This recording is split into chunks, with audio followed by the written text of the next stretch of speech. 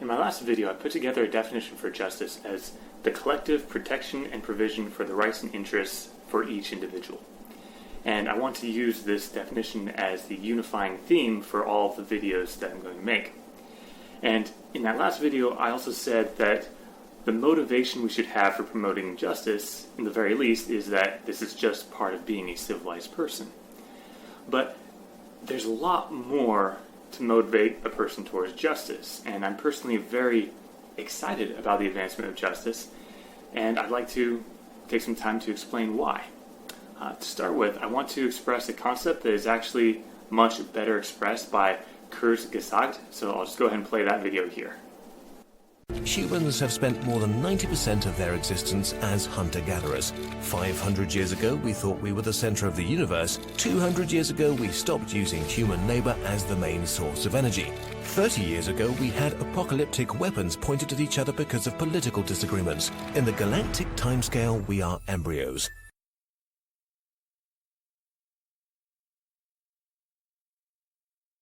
The point being that human civilization is still in its earliest stages, and I think it's exciting to think about what we are capable of as a species, both bad but also good, and what directions we should go in over others.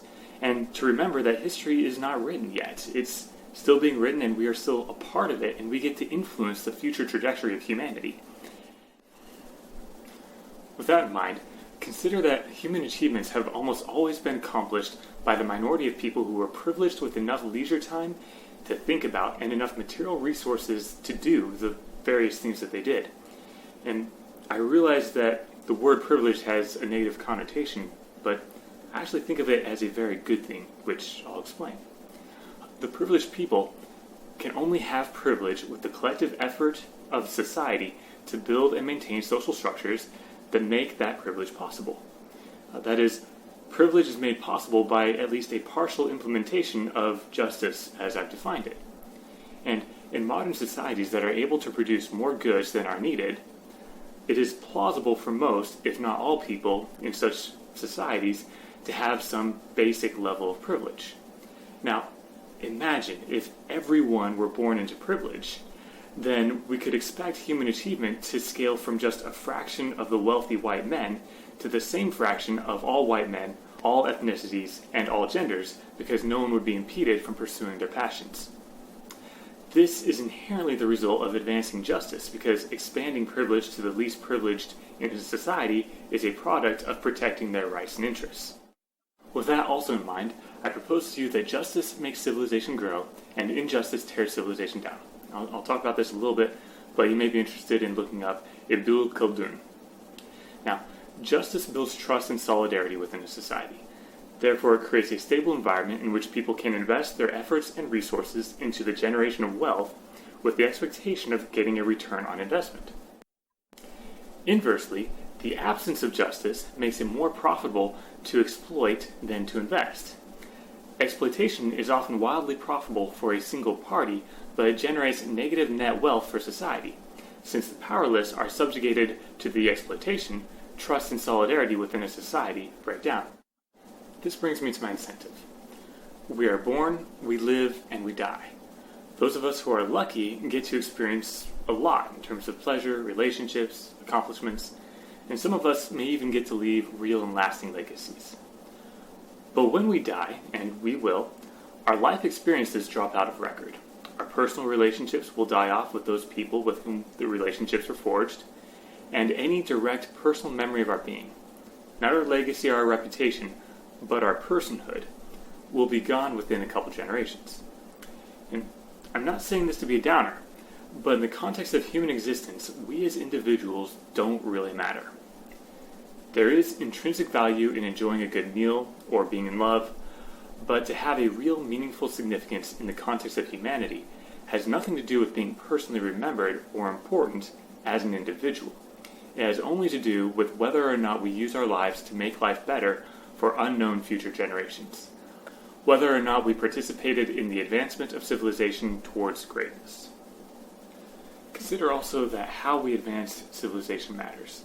I know I've put a lot of focus on technological achievements, which themselves can contribute to the advancement of civilization. But I would argue that we are more technologically mature than we are mature in terms of civilization or justice. Justice has more to do with social institutions, both government and cultural, that cultivate and safeguard the individual. So that's why I personally am excited about the advancement of justice.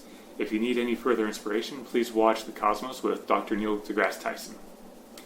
Now, before I close, I should comment that there is a counter-argument to the advancement of justice, and I'm going to try to represent and be as fair to this argument as I possibly can.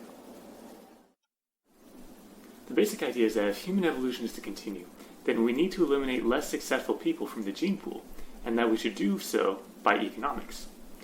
People who are unable to compete economically should either be motivated by crushing poverty or be eliminated by financial ruin. Homelessness, starvation, denial of health care, basically early death. And further, such people should not be allowed to reproduce. And if we don't do this, then human evolution is likely to regress.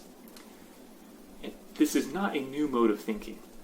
It was the basis for the concept of social evolution that was popular in the 1920s, and was the basis for the eugenics program that was started in the US just prior to World War II before making its way to Germany, and which made its way back to California in the 1980s, and is still the justification for various forms of racism.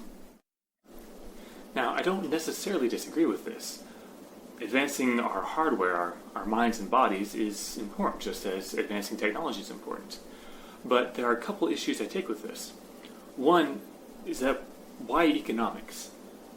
What is the fundamental logic by which we can conclude that the things we highly value economically, like marketing or football, are better attributes to cultivate in our genome than things that we don't place very much economic value on, like social work or English literature? The second issue I take with it is that it's based on a popular misinterpretation of the evolutionary model, the idea of an ever-climbing tree of life. Evolution is more accurately described as a bush of life, constantly branching out in different directions and getting pruned by natural selection. The attributes that are selected are not intrinsically better, but just better adapted to the environment. When the environment shifts, as it does, the classification of better or worse shifts accordingly. Again, I take no issue with advancing the evolution of the human species. Indeed, we cannot avoid it. Human evolution is about to explode in multiple directions: genetic engineering, cybernetics, and/or artificial intelligence. I mainly take issue with the notion that evolutionary advancement can only be achieved via injustice. There will be those who believe that only the most privileged and their offspring should have access to artificial enhancements, and that such enhancements should be used to further dominate and oppress others. I maintain that it is possible to pursue justice and self-directed human evolution at the same time. But there are a great many injustices to anticipate and plan for, so we do need to be talking about the ethics of how we should approach this. To recap, human civilization is just now taking its first baby steps, which means that right now we have the privilege of shaping civilization in its earliest stages.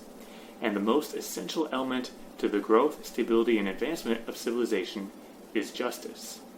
Therefore, contributing to the advancement of justice is the only truly meaningful contribution that we get to make to humanity.